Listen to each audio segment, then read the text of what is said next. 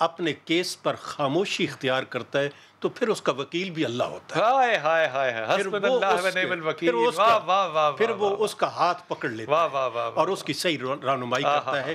آج جس کیس کو لے کر وہ اللہ کے حضور پیش ہوں گے, یقیناً ان کی خدمات, کشمیریوں کے ساتھ ان کی محبت, کشمیر کے ساتھ ان کی محبت, یہ ساری چیزیں عیاں ہیں ہم پر, لیکن اللہ تبارک و تعالیٰ انصاف کرنے والا آمین ہے. آمین. اور اللہ تبارک و تعالیٰ نے ہمارے پڑوس میں ابھی آپ نے دیکھا کہ وہ لوگ جن کے پاس اسلحہ نہیں تھا, وہ لوگ جو بے سر و سامان تھے, وہ لوگ جو صرف اللہ پر توکل رکھتے تھے, آج سپر پاور وہاں سے دم دبا کر بھاگ چکے. اللہ نے ان کو عزت دی اور ان لوگوں کو عزت دی ہے. کل میں دیکھ رہا تھا کہ ایک جگہ لکھا ہوا تھا کہ صدر بھی مولوی, وزیر خارجہ بھی مولوی, وزیر داخلہ بھی مولوی, فلاں وزیر بھی مولوی, وزیر تجارت بھی مولوی.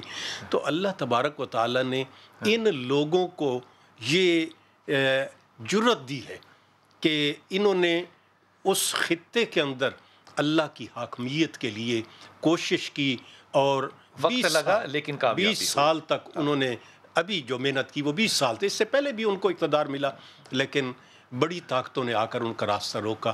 لیکن اب آپ دیکھ رہے ہیں اللہ تبارک و تعالیٰ نے ان کو یہ دی. اب ان کا امتحان ہے. بے شک اللہ جب اقتدار دیتا ہے تو وہ بعض اوقات اللہ کا انعام ہوتا ہے اور بعض اوقات اللہ کا امتحان ہوتا ہے. اچھا, امتحان زیادہ ہوتا ہے ویسے, امتحان زیادہ ہوتا ہے, انعام کم ہوتا ہے. جو لوگ بکر اور عمر یہ نہ کہتے کہ میں درخت ہوتا ہے, میں پودا ہوتا, میں پتا ہوتا, مجھ سے پوچھتا ہی کوئی نہ. بے شک. تو یہ امتحان زیادہ ہوتا ہے, اور جو لوگ اس کو امتحان سمجھ کر قبول کرتے ہیں پھر اللہ تعالیٰ ان پر انعام کی بارش کر دیتا ہے. سبحان اللہ. تو یہ میں سمجھتا ہوں کہ ہمارے پڑوس کے اندر جو نیا انقلاب آیا ہے, ہمیں اس سے بھی سبق سیکھ کرنا چاہیے, اور کشمیریوں کو یہ دیکھنا چاہیے کہ آپ کی محنت بہت زیادہ ہے, لیکن دیکھیں کہ اس ہمارے پڑوسی نے جس طرح محنت کی اور اللہ تبارک و تعالیٰ نے ان کو انعام دیا ہے, آپ بھی اللہ تعالیٰ کے اس انعام کے مستحق ہیں. انشاءاللہ وہ وقت آنے والا ہے جب کشمیر کے اندر اسلام کا پرچم لہرائے گا. اور جیسے قائد اعظم نے فرمایا تھا کہ کشمیر جو ہے وہ پاکستان کی شاہرگ ہے, ہم اس شاہرگ کے, اور ہمیں جوڑنے والا کلمہ ہے, جوڑنے والا کلمہ ہے. انشاءاللہ العزیز کشمیر آزاد ہوگا. اب دوسری بات جو آپ نے ارشاد فرمائی وہ حضرت بلال رضی اللہ تعالیٰ عنہ کے بارے میں ہے. بلال جن کو آپ نے حبشی بھی فرمایا اور ہیں حبش سے تعلق رکھنے والے, اس میں کوئی شک والی بات نہیں ہے, لیکن آپ کی پیدائش مکہ میں ہے, اور 28 سال کی عمر کے اندر حضرت بلال رضی اللہ تعالیٰ عنہ اسلام قبول فرماتے ہیں. جب حضرت نبی کریم صلی اللہ علیہ وسلم غار کے اندر تھے, ہجرت کے لیے جا رہے تھے, تو اس وقت یہ وہاں غار کے دہانے پر آتے تھے, اور وہاں پر نبی کریم صلی اللہ علیہ وسلم نے غار ہرا, اس وقت آپ نے ایک دفعہ فرمایا کہ بلال یہ بتا کہ اسلام کے بارے میں تمہاری کیا رائے ہے. تو انہوں نے کہا کہ میں اس کو دل سے پسند کرتا ہوں. پھر وہ چلے گئے. دوسرے دن پھر تشریف لائے تو آپ نے پھر ان سے پوچھا کہ بلال یہ بتاؤ کہ اسلام پر تمہاری کیا رائے ہے. تو انہوں نے کہا کہ حضور آپ مجھے کلمہ پڑھا دیں, میں آج کے بعد آپ کا غلام ہوں. وہ غلامی اختیار کی. تو اس کے بعد آپ دیکھیں کہ ان پر امتحان شروع ہوا, کیسے امیہ بن خلف ان کو مارتا تھا, پیٹتا تھا, اور ریت پر لٹا کے اوپر چکی رکھ دیتا تھا, اتنا وزنی یہ چکی رکھ کے, اور بعض اوقات تو یہ کرتا تھا کہ چھوٹے بچوں کے ہاتھ میں رسی دے دیتا تھا جو بلال کے گلے میں ڈالی ہوتی تھی, اور وہ اسے بازاروں میں گھسیٹتے تھے, مارتے تھے, پیٹتے تھے, ٹھٹھا کرتے تھے, مذاق کرتے تھے. لیکن یہ دیوانہ وار نبی علیہ الصلوۃ والسلام کی نام کی تسبیح ہی پڑھتا رہتا تھا, اور اس کے مقدر پر قربان جائیں. کیا بات ہے کہ ابو بکر اور عمر اور باقی صحابہ کرام وہ سیدنا بلال ان کو کہتے ہیں. سیدنا بلال, سیدنا بلال کہتے ہیں. میرے آقا, میرے آقا بلال, میرے آقا بلال. اور حضرت بلال رضی اللہ تعالی عنہ وہ صحابی رسول ہیں جن کو یہ اعزاز حاصل ہوا کہ آپ نے پہلی اذان کہی. میں وقفہ لے لوں, واپس آ کے بات کرتے ہیں. چھوٹا سا وقفہ, وہ پہلی اذان کا ماحول اور مقام کیسا, واپس آئیے ذکر کرتے ہیں.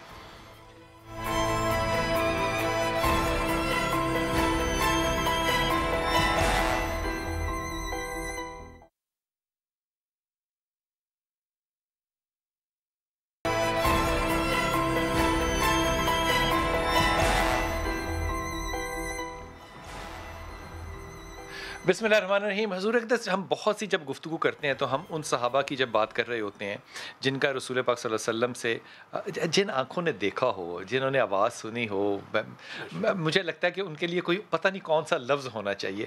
لیکن یہ جو جذبہ عشق ہے, جیسے کہ حضرت بلال حبشی کا ہے, آپ مدینہ چھوڑ کے چلے گئے جب آپ کا ظاہری طور پہ وصال ہوا, لیکن پھر واپس آئے اور اذان دی. یہ جو پہلی دفعہ کی اذان ہے حضرت بلال حبشی کی, اس پہ کوئی تبصرہ فرمائیے گا, یہ کب ہوئی اور کیا ماحول تھا؟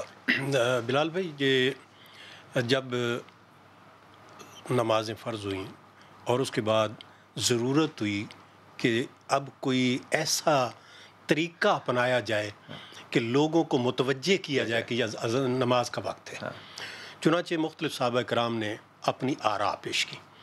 کسی نے کہا کہ آگ جلائی جائے اور اس کو روشن دیکھ کر لوگ آ جائیں.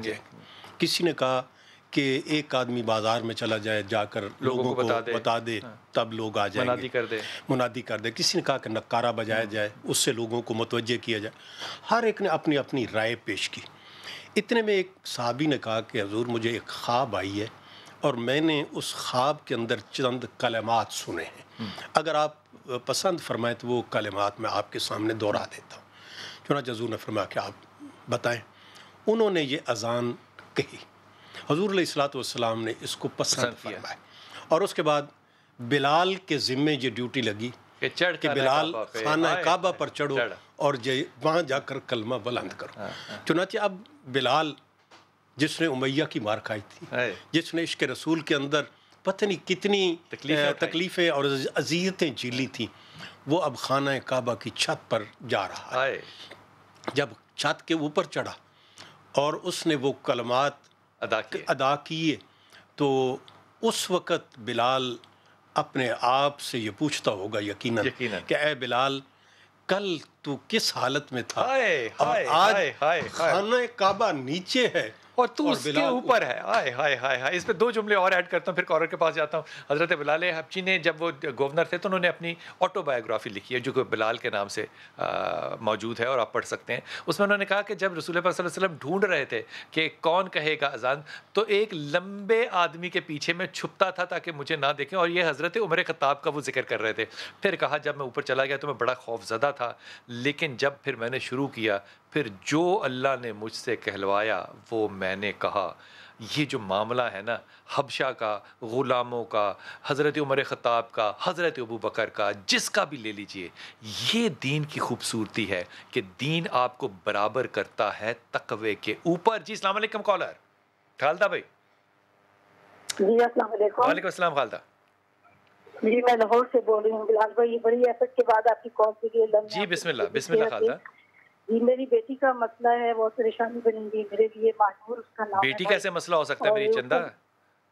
نہیں بھائی, بس بن گیا مسئلہ. اس کا میں نے نکاح کیا تھا جنوری. نام کیا بیٹی کا خالدہ؟ مانور. مانور کا نکاح کیا تھا جنوری میں؟ جی عثمان کے ساتھ. عثمان کے ساتھ کیا تھا, ٹھیک. سویڈن میں ہے وہ لڑکا. ہاں جی شروع میں ان کے 2-3 مہینے رخصتی نہیں کی ابھی, کیونکہ پیپر ورک کرنا تھا, اس میں جانا تھا, اس لیے ہم نے نکاح کر دیا. اور شروع کے 3 مہینے اس کے ساتھ بڑے اچھے گزرے. بعد میں ایسا مسئلے مسائل شروع ہو گئے اور وہ دوبارہ پاکستان آیا وہ تھا 10 دن کے لیے. جاتے ہوئے اس حد تک وہ غصے میں, اور اس کے بعد جو بھی جیسی بھی صورتحال تھی مسئلے زیادہ بڑھنے لگے اور وہ چھوڑ کے جانے کی دینے کی دھمکی دے کے چلا گیا. اب مجھے سمجھ نہیں آ رہی کہ یہ رشتہ یہ آپ کا عثمان آپ کا رشتہ دار ہے خالدہ؟ نہیں بلال, آپ کو کیسے رشتہ ملا؟ میری دوست ہوتی ہے یہاں لاہور میں. آپ اس کے خاندان کو جانتے ہیں, یہ جہاں پہ رہتا ہے؟ جہاں یہ رہتا ہے سویڈن میں رہتا ہے, وہاں کا ہمیں کچھ پتہ نہیں ہے, لیکن اس کی پیرنٹ, اس کی والدہ اور یہ عثمان کس جگہ پہ رہتا ہے اس دنیا میں؟ سویڈن میں. کہاں پہ؟ سویڈن میں. جی. اور بیٹی آپ کی کہاں رہتی ہے؟ لاہور میں. لاہور میں رہتی ہے. تو آپ اپنی بیٹی کو ایک ایسے شخص کے ساتھ جو سویڈن میں رہتا ہے کیوں شادی کرنا چاہ رہی ہیں؟ آپ کی کیا لالچ ہے؟ نہیں کوئی لالچ نہیں ہے. تو پھر کیوں کیا آپ نے نکاح؟ کیوں کیا؟ مجھے یہ صرف جواب دو, کیوں کیا؟ بھائی نکاح اس لیے کیا تھا کہ اس کا مطلب رشتہ ہمیں بظاہر. ارے لڑکی تم جانتی نہیں ہو سویڈن میں اس لڑکے کو, تو تم نے بیٹی کا نکاح کیوں کیا؟ میں تو یہ پوچھ رہا ہوں. تم کہہ رہی ہو کہ میں نے اس لیے کیا تاکہ اس کا ویزا آ جائے اسپاؤس کا، یہ نہیں جواب اس کا؟ اس لیے نہیں کیا بھائی، اس نے ریکمینڈ کیا، میں رشتے ڈھونڈ رہی تھی، میں نے کہا کہ بیٹی کا اچھا کہیں نہ کہیں سویڈن میں رشتہ ڈھونڈنے کی وجہ خالدہ مجھے بتا دو تاکہ باقی لوگوں کو بھی یہ پتہ چل جائے۔ نہیں بلال بھائی، سویڈن میں نہیں ڈھونڈا، ویسے ہی باتوں میں دوست کے گھر میں بیٹھی ہوئی تھی، وہ آئی ہوئی تھی کہ میرا بھانجا ہے، اگر تم کیسی ہو تو تمہاری بیٹی کے لیے میں پرپوز کروں۔ واہ واہ واہ واہ، میں صدقے جاؤں خالدہ، آپ کے والدہ ہونے کے اوپر سہیلی آئی تھی، اس نے کہا سویڈن کے اندر ایک منشی امام دین بیٹھا ہوا ہے، اپنی بیٹی کا اس سے شادی کر دو، تو میں نے کر دی، تو وہ پھر اب نہیں چل رہا، بیٹی کی بڑی مصیبت ہے۔ اور بیٹیاں مصیبت ہوتی ہیں، کمال بات کرتی ہو تم۔ اپنے فیصلے کو دیکھو، تم نے کتنا نکما فیصلہ کیا ہے۔ وہ شخص جو کہ سویڈن میں جا کے بیٹھا ہوا ہے، جس کا نہ تمہیں لینا ہے نہ دینا ہے، وہ پاکستان میں نہیں ہے، وہ کتنا اچھا مسلمان ہے، کتنا اچھا نہیں ہے، یہ بھی چھوڑ دو، لیکن تم نے سودا کیا ہے۔ تم اس بات کو کیوں نہیں کہہ رہی ہو؟ تم نے ایک بارگین کیا کہ میری بیٹی بھی جا کے باہر اکنامکلی سیٹل ہو، امیگرینٹ ہو، اسپاؤس ویزا بنے۔ اب وہ آیا ہے، اب وہ رہنے والا ہے سویڈن کا۔ تمہیں پتہ ہے نا سویڈن کیسا ملک ہے؟ یہ ان ممالک میں سے ہے جہاں پہ آزادی اظہار بہت زیادہ ہے۔ اب آپ کی بیٹی نے دکھایا نخرا، اس نے نہیں لیا، اس نے کہا جاؤ ہوا کھاؤ، تو بیٹا جی بیٹی مصیبت نہیں ہے، آپ کا لالچی فیصلہ مصیبت ہے۔ اب یہ معاملہ چلنے والا نہیں ہے، یہ میں دعا گو ہوں کہ اللہ کرے کہ یہ چلے، یہ چلنے والا نہیں ہے۔ اس کے اندر نیتیں بد دونوں طرف سے ہیں، بالکل ٹھیک بات ہے، لیکن آگے چل کے خدا کے واسطے بیٹیوں کو بوجھ نہیں، اپنے فیصلوں کو ذرا تھوڑا سا اللہ کی اس رسول کی حدیث پہ لے کے آؤ کہ فیصلہ کس پہ کرنا ہے، اور سب سے زیادہ فوقیت کس چیز پہ ہے؟ ایمان پہ۔ اب تقوی پہ اگر آپ فیصلے نہیں کرو گے اور سویڈن پہ فیصلے کرو گے تو بیٹا غلط بات آپ کر رہی ہیں۔ دوسری بات یہ کہ بیٹی سے کہو کہ یا سلام یا مومن یا اللہ پڑھے کیونکہ اس کا غصہ تیز ہے، لا حول ولا قوت الا باللہ پڑھے کیونکہ اس کے اندر گھبراہٹ بہت ہے، اور تیسری چیز یا ولی یا والی پڑھے تاکہ اللہ تعالیٰ اچھے رشتے لائے۔ اس لیے بیٹیوں کو جب کوئی مصیبت کہتا ہے تو مجھے دکھ ہوتا ہے۔ جی السلام علیکم۔ جی تہمینہ السلام علیکم بیٹا۔ السلام علیکم بھائی۔ جی میرا بتا۔ ہاں جی بلال بھائی، میں نے آپ سے اپنے بیٹے اور شوہر کے متعلق پوچھنا ہے۔ میرے بیٹے کا نام ہے اسامہ، وہ LLB کے پہلے سال میں ہے، لیکن پڑھائی میں بہت ویک ہے۔ جب اسے پڑھائی کے لیے کہوں تو بہت چڑھتا ہے، پڑھائی پر بالکل دھیان نہیں دیتا۔ کچھ پڑھنے کے لیے بتائیں۔ ٹھیک، اگلا سوال۔ منگل کے روز ہوا ہے، منگل کے روز پیدا ہوا تھا؟ جی 28 جنوری۔ تو آپ کے خیال میں کہ 27 کو ہوتا تو اسامہ بہتر ہوتا؟ نہیں، میں نے ویسے ہی آپ کو بتایا ہے یہ۔ اگر بدھ کو ہوتا تو پھر بھی زیادہ اچھا ہوتا۔ ٹھیک ہے بھائی، آپ ذرا مجھے اس کے، میں بہت پریشان ہوں اس کے لیے۔ کیا پریشانی ہے تمہیں؟ مجھے یہ تو بتاؤ۔ بس یہ پڑھائی پہ توجہ نہیں دیتا، ویسے بہت۔ اچھا اگلا سوال، شوہر کا کیا مسئلہ؟ ہاں، میرے شوہر کا نام عارف ہے، ان کی جاب لگتی ہے، کچھ عرصے بعد ختم ہو جاتی ہے، آج کل بھی نہیں ہے، اور ہم چاہتے ہیں کہ کوئی کاروبار کر لیں کسی کے ساتھ مل کے۔ تو اچھا، میرے دونوں مشورے تم نے نہ ماننے ہی نہیں ہے۔ پہلی بات تو میں تمہیں یہ بتا دوں، پہلی بات تو یہ کہ تم نے ان دونوں کی زندگیوں میں اپنی مداخلت ختم کرنی ہے جو تمہارے لیے ناممکن ہے۔ اب تمہیں مجھے یہ کہو کہ میں اسامہ کی وجہ سے پریشان ہوں، نہیں، جب اسامہ پیدا نہیں ہوا تھا تو میری پیاری بچی تم تو تب بھی پریشان تھی، تب کون سا اسامہ تھا یا تب کون سا عارف تھا؟ میاں سے کہو کہ سورہ اخلاص پڑھے اور کاروبار کی طرف جائے، وہ نہیں اور کہیں جائے گا۔ اور دوسری بات، اسامہ کو تنگ نہ کرو، وہ اچھا بچہ ہے، لیکن تمہارے ساتھ اس کا اختلاف ہمیشہ رہے گا کیونکہ اس نے زور نہیں لینا تمہارا۔ یہ جو بے چینی آپ کے اندر ہے یہ بیٹے میں مت ڈالو۔ He is a good boy, he will succeed انشاءاللہ، اور وہ اچھا وکیل بھی جائے گا اور اچھی جوڈیشری کی طرف بھی جانے کا انشاءاللہ تعالیٰ فیصلہ ضرور کرے گا۔ انتہائی محترم، بہت شکریہ آپ کا، انشاءاللہ آپ سے ملاقات ہوگی۔ السلام علیکم ورحمۃ اللہ وبرکاتہ۔